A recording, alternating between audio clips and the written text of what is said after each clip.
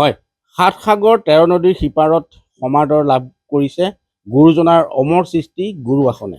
হয়, আমি দেখুৱাম এক পৰিৱেশ পুনতে দেখুৱাইছোঁ। এইখন হৈছে সুন্দৰ ৰূপত শেহতীয়াকৈ নিৰ্মাণ কৰি তোলা এখন গুৰু আসন আৰু ফল্ডিং আকাৰত খোলা মেলা কৰিব পৰাকৈ গুৰু আসনৰ আৰ্হিত সম্পূৰ্ণ আটক ধুনীয়াকৈ নিৰ্মাণ কৰি তুলিছে আৰু এই গুৰু আসনখন পঠিওৱা হ'ব আমেৰিকা যুক্তৰাষ্ট্ৰলৈ আৰু গুৱাহাটীৰ নিবাসী এগৰাকী চিকিৎসক যিজন কৰ্মসূত্ৰে আমেৰিকা যুক্তৰাষ্ট্ৰত থাকে আৰু তেখেতেই এই গুৰু আসনখনৰ বাবে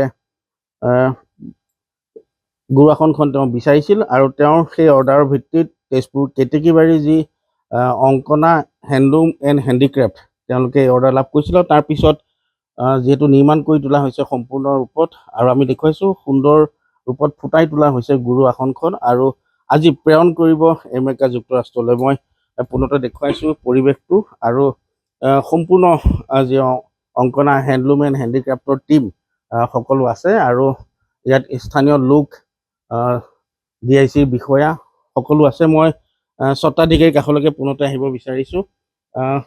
আপোনাৰ লগতে আপোনাৰ যি টীম শেহতীয়াকৈ নিৰ্মাণ কৰিছে সেই সন্দৰ্ভত কওক।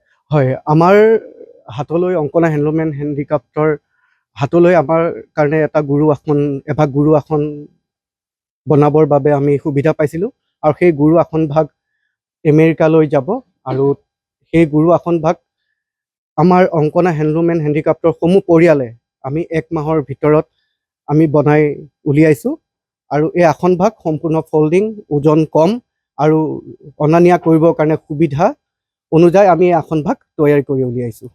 কাঠৰে নিৰ্মাণ কৰিছে? হয়, কাঠৰে নিৰ্মাণ কৰা হৈছে এই আসন ভাগ। হয়, এই ক্ষেত্ৰত বিশেষভাৱে সহযোগ কৰা মই বিতুপন বৰা আছে, ডক্টৰ বিতুপন বৰা, তেখেতক কাষলৈকে আহিব বিচাৰিছোঁ। কেনেকৈ কোনে এই অৰ্ডাৰ দিছিল সেই সম্পৰ্কে?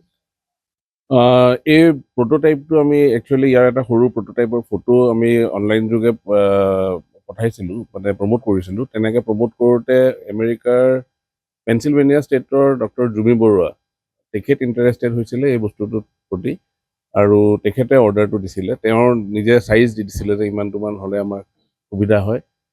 যেতিয়া আমি অৰ্ডাৰটো পালোঁ তাৰপিছত আমি অংকনা হেণ্ডলুম গোটেই আলোচনাটো কৰিলোঁ যে কেনেকৈ কি তৈয়াৰ কৰা হ'ব। সেইমতে এতিয়া আগবাঢ়িলে, কামটো সম্পূৰ্ণ হ'ল আৰু আজি ইনফেক্ট এইটো পেক হৈ পেলাই ইয়াৰ পঠোৱা হ'ব। ইয়াৰ পৰা হায়দৰাবাদ যাব, হায়দৰাবাদৰ পৰা আমেৰিকালৈ ওলাব। কি ক'ব, সমাদৰ বাঢ়িছে যিহেতু বিদেশতো? নিশ্চয়কৈ ইয়াত আমি চাব গ'লে এতিয়া অসমৰ যোনটো ডায়েস্পৰা আমেৰিকাত আছে সেইখিনি প্ৰায় 7,000 মান হয়।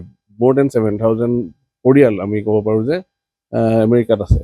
এই বস্তুটো অকল আমেৰিকা বুলিয়ে নহয়, এইটোৰ সমাদৰ নেশ্যনেল লেভেলতো যোন অসমৰ বাহিৰত আছেগৈ, তেওঁলোকে এনেকুৱা এটা যদি ফল্ডিং, লাইট ৱেইট এনেকুৱা ধৰণৰ এটা যোনখিনি ইয়াৰ কোৱালিটি আছে তেনেকৈ যদি তৈয়াৰ কৰি উলিয়াইছে সেইটো বস্তুৰ ডিমাণ্ড বাঢ়িব, নিশ্চয়কৈ বাঢ়িব। আৰু মই ভাবোঁ যে আশাবাদী যে এই বস্তুটোৰ ভালকৈ আমি যদি আৰু প্ৰমোশ্যন কৰোঁ ইয়াৰ মাৰ্কেট এখন আছে। হয়, নিশ্চিতভাৱে কেমেৰা সহযোগে দেখুৱাইছে এক সুন্দৰ ৰূপত আৰু যিহেতু আজি প্ৰেৰণ কৰা হ'ব সুদূৰ আমেৰিকা যুক্তৰাষ্ট্ৰলৈ বুলি। আৰু আমাৰ লগত DICৰ প্ৰবন্ধক আছে, মই তেওঁৰ কাষলৈকে আহিব বিচাৰিছোঁ। কি ক'ব এনেধৰণৰ যিবোৰসমূহ দিগন্ত ভূঞাৰ এক আদৰণীয় পদক্ষেপ, শংকৰী কলা কৃষ্টিক বিদেশলৈ লৈ যোৱাটো অত্যন্ত এটা গুৰুত্বপূৰ্ণ পদক্ষেপ তেখেতে লৈছে। লগতে বহু পৰিয়াল জড়িত হৈ এটা উদ্যোগৰ সৃষ্টি কৰিছে। বৰ আদৰণীয় পদক্ষেপ, মই তেখেতৰ ভৱিষ্যত উজ্জ্বল কামনা কৰিছোঁ। হয়, নিশ্চিতভাৱে যিহেতু আজি প্ৰেৰণ কৰা হ'ব আমি পুনৰবাৰ উল্লেখ কৰিছোঁ আৰু এয়াই হৈছে গুৰু আসন আৰু যি শংকৰদেৱ শ্ৰীমন্ত শংকৰদেৱে যি সৃষ্টি কৰা এই যি গুৰু আসন, সেই গুৰু আসন এতিয়া আমেৰিকা যুক্তৰাষ্ট্ৰতো সমাদৰ লাভ কৰিছে আৰু অংকনা হেণ্ডলুম এণ্ড যি হেণ্ডিক্ৰাফ্ট তেওঁলোকৰ যি এই উদ্যোগ বা যি প্ৰচেষ্টা তাক এতিয়া সকলোৱে শলাগ লোৱা পৰিলক্ষিত হৈছে। আপুনি বিচৰা বাতৰি পাব কেৱল নিউজ 18 এপত। নিউজ 18 এপ ডাউনলোড কৰিবলৈ স্কেন কৰক এই QR কোড। গুগল প্লে ষ্টৰতো পাব এই নিউজ 18 এপ।